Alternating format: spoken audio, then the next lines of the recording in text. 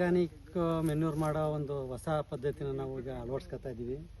ಈ ಪದ್ಧತಿಲಿ ಏನಂತಂದರೆ, ನಾವು ನಮ್ಮ ತೋಟಕ್ಕೆ ಈ ಮುಂಚೆ ಎಲ್ಲ ಬರೀ ಕೋಳಿ ಗೊಬ್ಬರ, ಕುರಿ ಗೊಬ್ಬರ ಅಥವಾ ದನ ಗೊಬ್ಬರ ಹಾಕ್ತಿದ್ವಿ.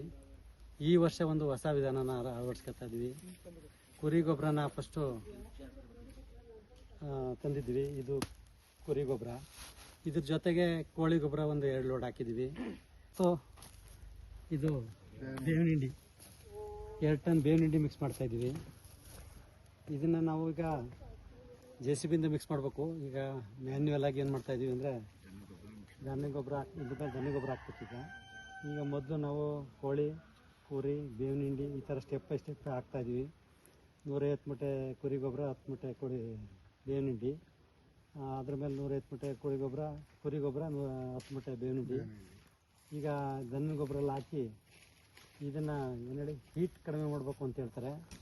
ನಾನು ಒಂದು ಈಗ ಎಷ್ಟು ದಿನಕ್ಕೆ ಕಳಿಸ್ತೀವಿ ಇದನ್ನು ನಾಳೆ ನಾವು JCB ನಲ್ಲಿ ಮಿಕ್ಸ್ ಮಾಡಿ ನಾಳೆನೇ ಮಾಡ್ತೀವಿ. 2 ತಿಂಗಳು ಸತತವಾಗಿ ಇದನ್ನು ಹಂಗೆ ಇಡ್ತೀವಿ. ಸ್ವಲ್ಪ ಹೀಟ್ ಕಡಿಮೆ, ಸ್ವಲ್ಪ ನೀರು ಹಾಕಿ, ಸ್ವಲ್ಪ ಇದನ್ನು ಕೋಳಿ ಗೊಬ್ಬರ ಹೀಟ್ ಜಾಸ್ತಿ ಅಂತ ಹೇಳ್ತಾರೆ, ಅದನ್ನು ಡೈರೆಕ್ಟಾಗಿ ಅಡಿಕೆ ಕೊಡಬಾರ್ದು, ಉದುರುತ್ತಾರೆ ಅಂತ. ಅದಕ್ಕೆ ನಾವೀಗ ಇದೆಲ್ಲ ಮಿಕ್ಸ್ ಮಾಡಿ 2 ತಿಂಗಳಿಟ್ಟು ಆಮೇಲೆ 2 ತಿಂಗಳಾದ್ಮೇಲೆ ಮತ್ತೆ ಇನ್ನೊಂದು ಮಿಕ್ಸಿಂಗ್ ಕೊಡ್ತೀವಿ. ಆ ಮಿಕ್ಸಿಂಗ್ ಕೊಡ್ಬೇಕಾದ್ರೆ ಟ್ರೈಕೋಡರ್ಮಾ, ಅಜಿಂಕ್ಯ ಬ್ಯಾಕ್ಟೀರಿಯಾ ಮತ್ತು ಇನ್ನು ಕೆಲವು ಮೈಕ್ರೋನ್ಯೂಟ್ರಿಯೆಂಟ್ಗಳಿವೆ, ಅವೆಲ್ಲ ಸೇರಿಸಿ ಹಾಕ್ತೀವಿ. ನಮ್ಮಲ್ಲಿ ಈಗ ಸುಣ್ಣ ಅಂತ ಹಾಕಬೇಕು ಅಂತಿತ್ತು. ಕೋಳಿ ಗೊಬ್ಬರದಲ್ಲಿ ಕ್ಯಾಲ್ಸಿಯಂ ಜಾಸ್ತಿ ಇರೋದ್ರಿಂದ ಸುಣ್ಣ ಬೇಡ ಅಂತ ಹೇಳ್ತಾರೆ, ಸುಣ್ಣ ಮಿಕ್ಸ್ ಮಾಡ್ತಾಯಿಲ್ಲ. ನಾವೀಗ ನೇರವಾಗಿ ಈ 5 ಬಗೆಯ ಗೊಬ್ಬರಗಳು ಮಿಕ್ಸ್ ಮಾಡಿ ಮತ್ತೆ 1 ತಿಂಗಳು ಮುಚ್ಚಿಟ್ಟು ಇದಕ್ಕೆ ತೇವಾಂಶ ಏನು ಮಾಡ್ತೀರಾ? ಇದಕ್ಕೆ ಸ್ಪ್ರಿಂಕ್ಲರ್ ಹಾಕ್ತೀವಿ. ಒಂದು ವೀಕ್ಲಿ ಒಂದು ಸಾರಿ ಮೇಲ್ಗಡೆ ಸ್ಪ್ರಿಂಕ್ಲರ್ ಸ್ಪ್ರೆಡ್ ಆಗಂಗೆ. ಮತ್ತೆ ತೆಂಗಿನ ಗರಿನ ಮುಚ್ಚಿಡ್ತೀವಿ.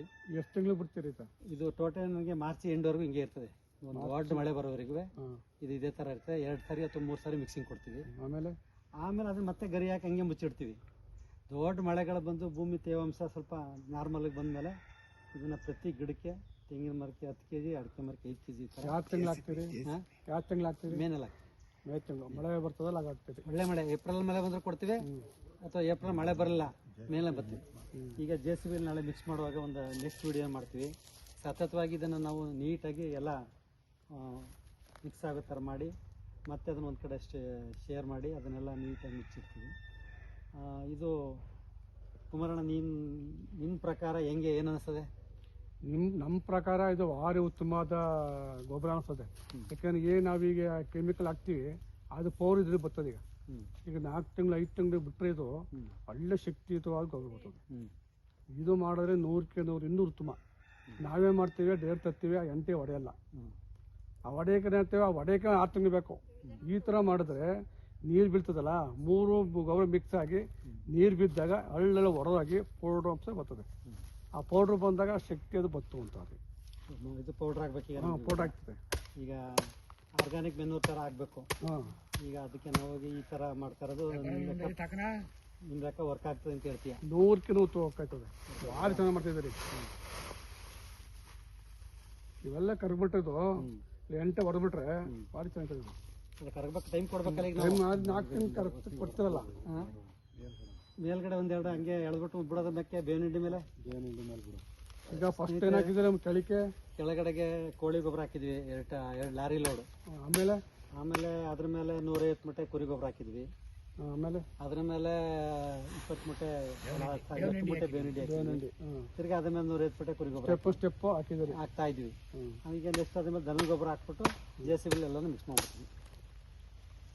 ಅದ್ರ ಮೇಲೆ ಗರಿನೂ ಹಾಕ್ಬೋದಲ್ಲ? ಗರಿ ಮುಚ್ಚಿರ್ತೀವಿ.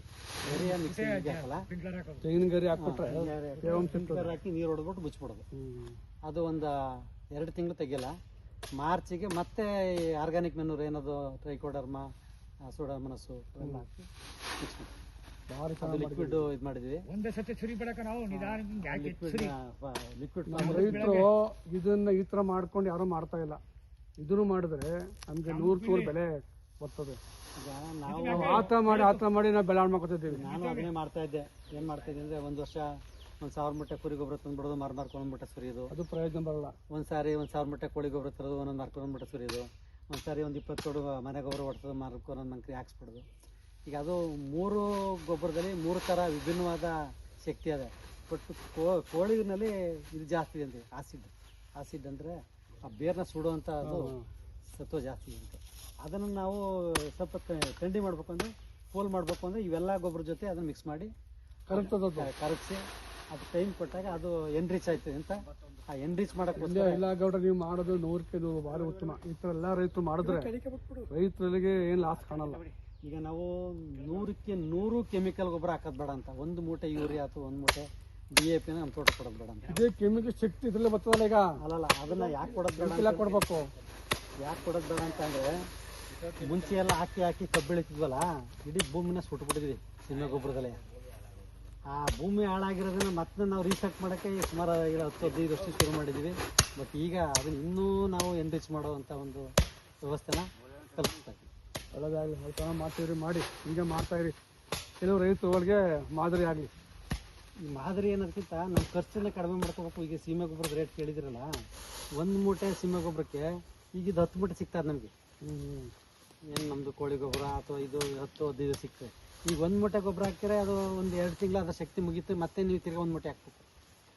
ಇವು ಏನಾಗ್ತವೆ ಅಂದರೆ ಆರ್ಗ್ಯಾನಿಕ್ ಮೆನ್ಯೂರ್ಗಳು ಈ ವರ್ಷ ಜಾಸ್ತಿ ಮಾಡಿದ್ರೆ ಮುಂದೆ ವರ್ಷಕ್ಕಂತ ಮಾಡ್ತವೆ, ಇನ್ನೊಂದು ವರ್ಷಕ್ಕಾರ ಮಾಡ್ತವೆ. ಲಾಂಗ್ ಇರ್ತದೆ. ಆ ಭೂಮಿನಲ್ಲಿ ಅದರ ಇದು ಕ್ವಾಂಟಿಟಿ ಉಳಿತದೆ.